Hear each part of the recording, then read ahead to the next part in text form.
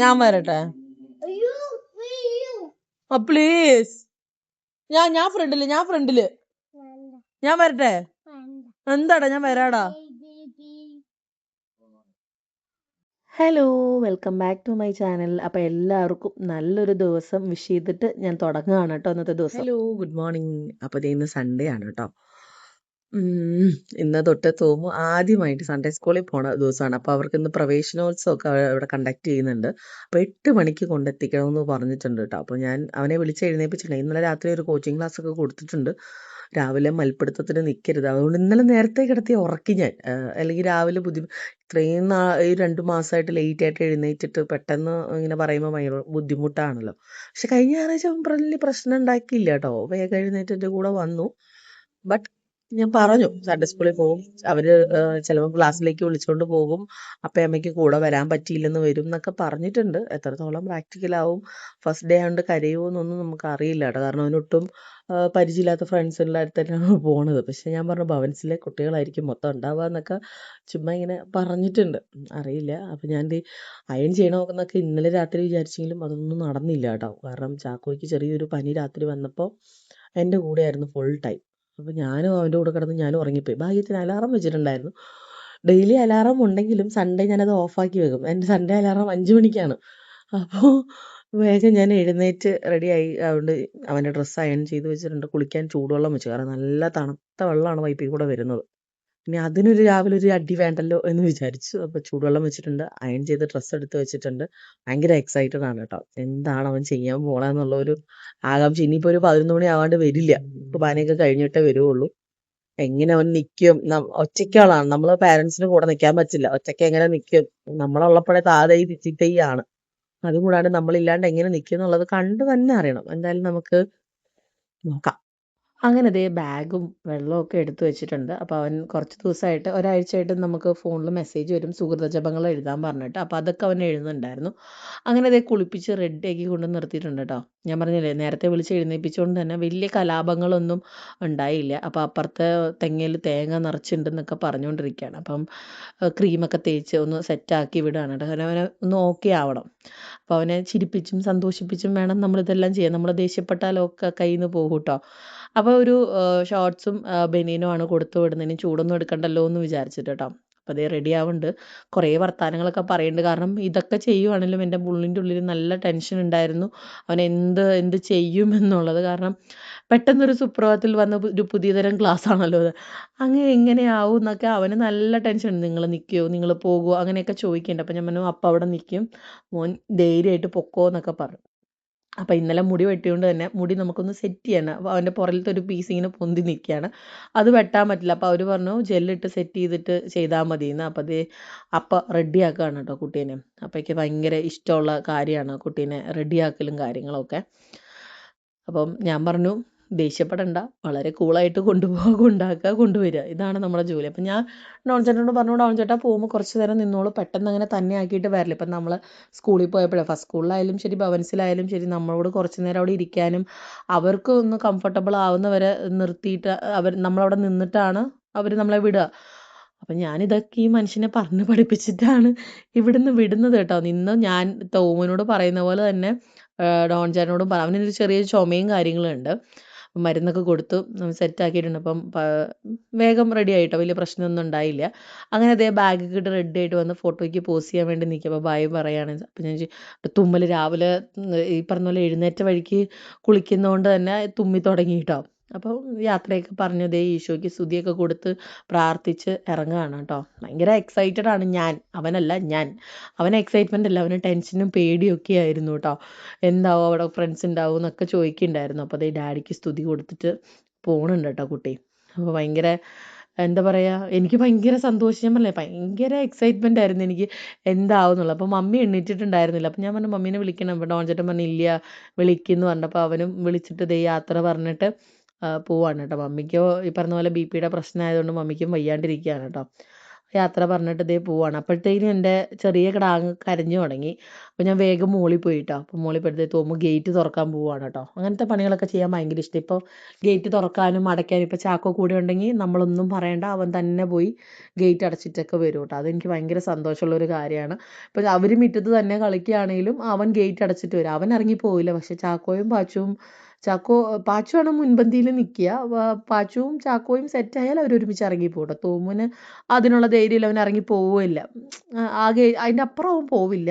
അവൻ തന്നെ ഗേറ്റ് അടയ്ക്കുക. അതുകൊണ്ട് നമുക്ക് കുറേ കാര്യങ്ങൾ ഈസിയാണ്. ഇല്ലെങ്കിൽ എല്ലാവരും ഈ പുറത്തിറങ്ങി പോണ കൂട്ടത്തിലാണെങ്കിൽ നമുക്ക് കുറച്ച് പണിയാണ്. നമ്മൾ ഇവരുടെ ദേഹത്ത് തന്നെ കണ്ണും നട്ടിരിക്കണം. പോരാത്തിന് ഇപ്പോൾ ഗേറ്റ് തുറക്കാനും അറിയാം. നമ്മുടെ വീട് റോഡ് സൈഡിലായതുകൊണ്ട് അങ്ങനത്തെ ഒരു പ്രശ്നങ്ങളൊക്കെ വരും കേട്ടോ. അപ്പോൾ പള്ളിയിൽ പോയിട്ട് കെസ്റ്ററിൻ്റെ അടുത്ത് പോയില്ലെങ്കിൽ കെസ്റ്ററിനോട് പറയാണ്. കഴിഞ്ഞ ആഴ്ച പറഞ്ഞിട്ടാണ് വന്നത് കേട്ടോ. അങ്ങനെ ദേ കെസ്റ്ററിൻ്റെ ബർത്ത്ഡേ ആണ് നെക്സ്റ്റ് വീക്ക്. അവനോട് ഞാൻ പറഞ്ഞു അവനോട് പറയണം സൺഡേ സ്കൂളിൽ ഞാൻ ഇനി എല്ലാ ഞായറാഴ്ചയും വരും, കെസ്റ്ററിനെ വന്ന് കാണാം, ഞാനിവിടെ ഉണ്ട്, ടെൻഷൻ അടിക്കേണ്ടെന്നൊക്കെ പറഞ്ഞിട്ടാണ്. ഇന്നലെ തൊട്ട് പറയണ്ട. അപ്പോൾ കെസ്റ്ററിൻ്റെ അടുത്ത് പോകണ്ടേ. ഇന്നലെ പോയപ്പോൾ കെസ്റ്ററിൻ്റെ അടുത്ത് വരാമെന്ന് പറഞ്ഞിട്ടാണ് പോയത്. ഇന്നലെ എന്ന് ഉദ്ദേശിക്കുന്ന സൺഡേ ആണ് കേട്ടോ. അങ്ങനെ നമ്മൾ അവർക്ക് ഇന്ന് ഒരു പ്രവേശനോത്സവം അവിടെ അവർ കണ്ടക്ട് ചെയ്യുന്നതുകൊണ്ട് തന്നെ അവരെ അവിടെ കൊണ്ട് ഡ്രോപ്പ് ചെയ്യാണ് ചെയ്യുക. അവിടെ ഇരിക്കുന്നുണ്ട്.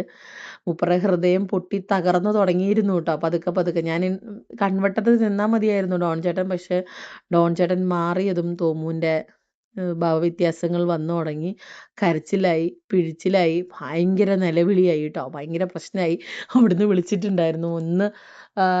അതായത് ഞാൻ വിളിക്കുകയായിരുന്നു. അപ്പോൾ പറഞ്ഞു ഒന്ന് മോനോട് ഫോണിൽ പറഞ്ഞാൽ മതി എന്ന് പറഞ്ഞിട്ട് ഫോണിൽ പറഞ്ഞപ്പം അവൻ ഓക്കെ ആയി കേട്ടോ. കരഞ്ഞൊന്നുമില്ല. പിന്നെ കുട്ടി സൺഡേ സ്കൂൾ ഫുൾ നിന്നു, കുർബാനയൊക്കെ കൂടിയിട്ടാണ് കേട്ടോ വന്നത്. ഭയങ്കര സന്തോഷമായി എനിക്ക്. അവന് സങ്കടം വന്നത് വേറൊന്നുമല്ല, അപ്പ അവനെ ഇട്ടിട്ട് പോയതിൻ്റെ സങ്കടം വന്നതാണ്. അപ്പ എന്ന് പറഞ്ഞ് ഭയങ്കര കരച്ചിലായിരുന്നു എന്ന് പറഞ്ഞു കേട്ടോ. ഇതുണ്ടോ, ഇതൊക്കെ നെടുവീർപ്പിട്ട് നിൽക്കുന്ന സമയങ്ങളാണെന്ന് തോന്നുന്നു. കാരണം ഡോൺ ചേട്ടൻ വന്നതിന് ശേഷമാണ് അവൻ കരഞ്ഞു തുടങ്ങിയത്. അപ്പോൾ ഇതൊക്കെ അതിന് ശേഷമുള്ള സംഭവങ്ങളായിരിക്കണം. പിള്ളേരൊക്കെ വളർന്ന് വല്ലാണ്ട് വലുതായി. എന്താ ചെയ്യുക അല്ലേ. ഇനിയിപ്പോൾ സൺഡേ നമ്മൾ പാക്ഡാണ്. സൺഡേ സ്കൂളിൽ പോകണം. 8 നേരത്തെ എഴുന്നേൽക്കണം. ഞാൻ ഇന്നലെ ഇങ്ങനെ കിടന്നപ്പോൾ ആലോചിക്കുകയായിരുന്നു, ഇനി നമുക്ക് ശനിയാഴ്ച മാത്രമേ ഉള്ളൂ. അങ്ങനെ നമ്മളല്ല, ഡോൺ ചേട്ടൻ മാർക്കറ്റിൽ എത്തിയിട്ടുണ്ട്. ഞാൻ മാർക്കറ്റിൽ പോക്കൊക്കെ നിർത്തി. എനിക്ക് വയ്യ.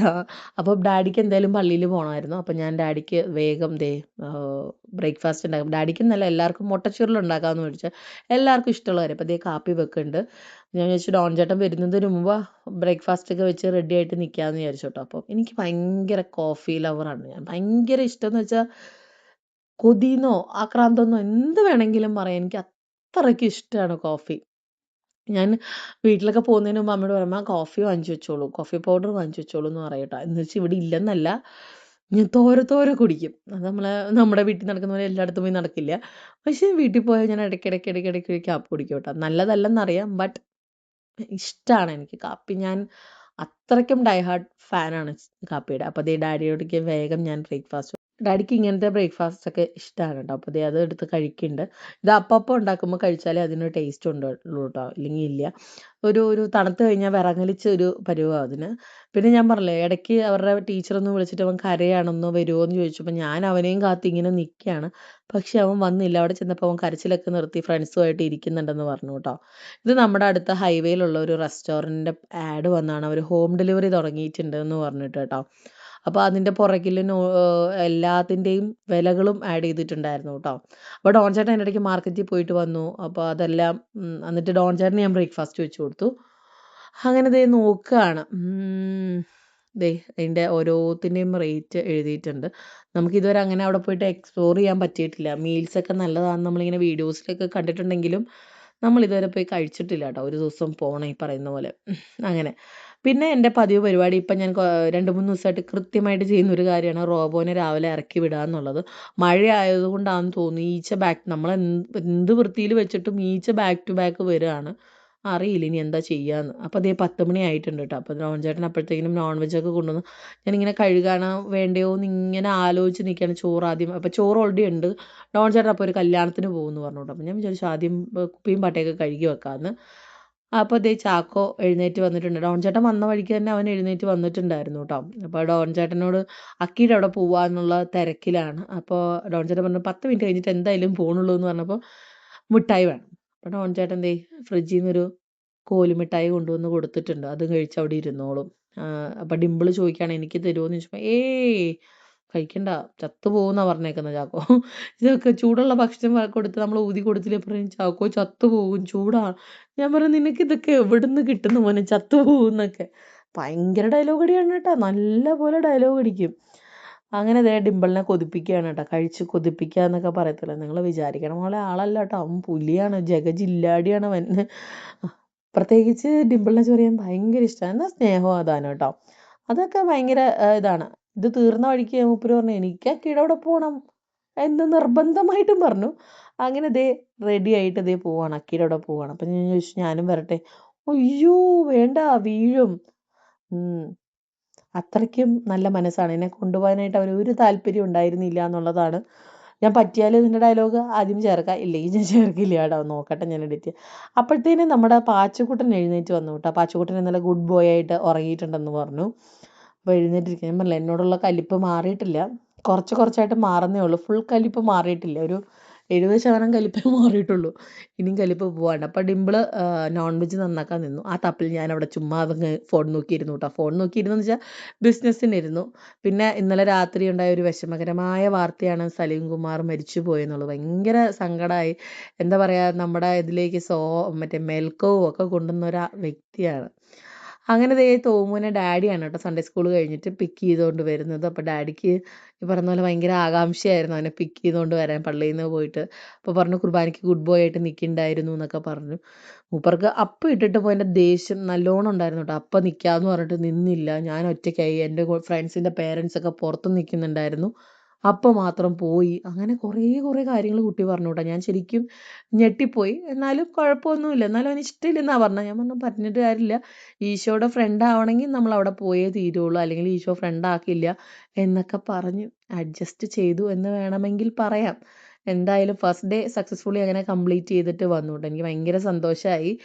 പിന്നെ ഞാൻ ഫേസ്ബുക്കിലും വാട്സപ്പിലൊക്കെ സ്റ്റാറ്റസ് ഇട്ട് ഒരു അച്ഛൻ്റെ മരണ വാർത്ത ഇട്ടപ്പോൾ കുറേ പേര് ചോദിച്ചു ഇതാരാണ്, എങ്ങനെയാണ് സോണിയച്ചനെ അറിയാവുന്നത്. എൻ്റെ ഒരു നല്ല പ്രായത്തിൽ സൺഡേ സ്കൂളിലെ ഒരു ആക്റ്റീവ് സ്റ്റുഡൻ്റ് എന്ന നിലയിൽ ഉണ്ടായിരുന്ന സമയത്ത് സോണിയച്ചൻ്റെ കീഴിലായിരുന്നു.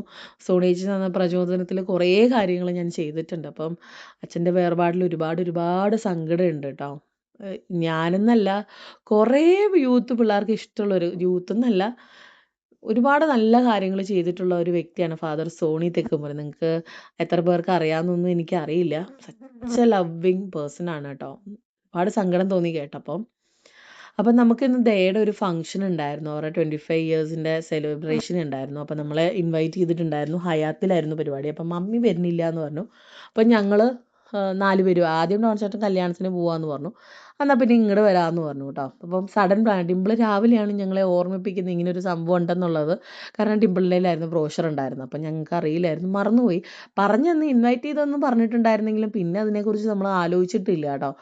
അങ്ങനെ ഞങ്ങൾ ഇറങ്ങി. ചാക്കോതി ആദ്യമായിട്ട് ഞങ്ങൾ പോകവേ നോക്കി നിന്നു. It was A miracle.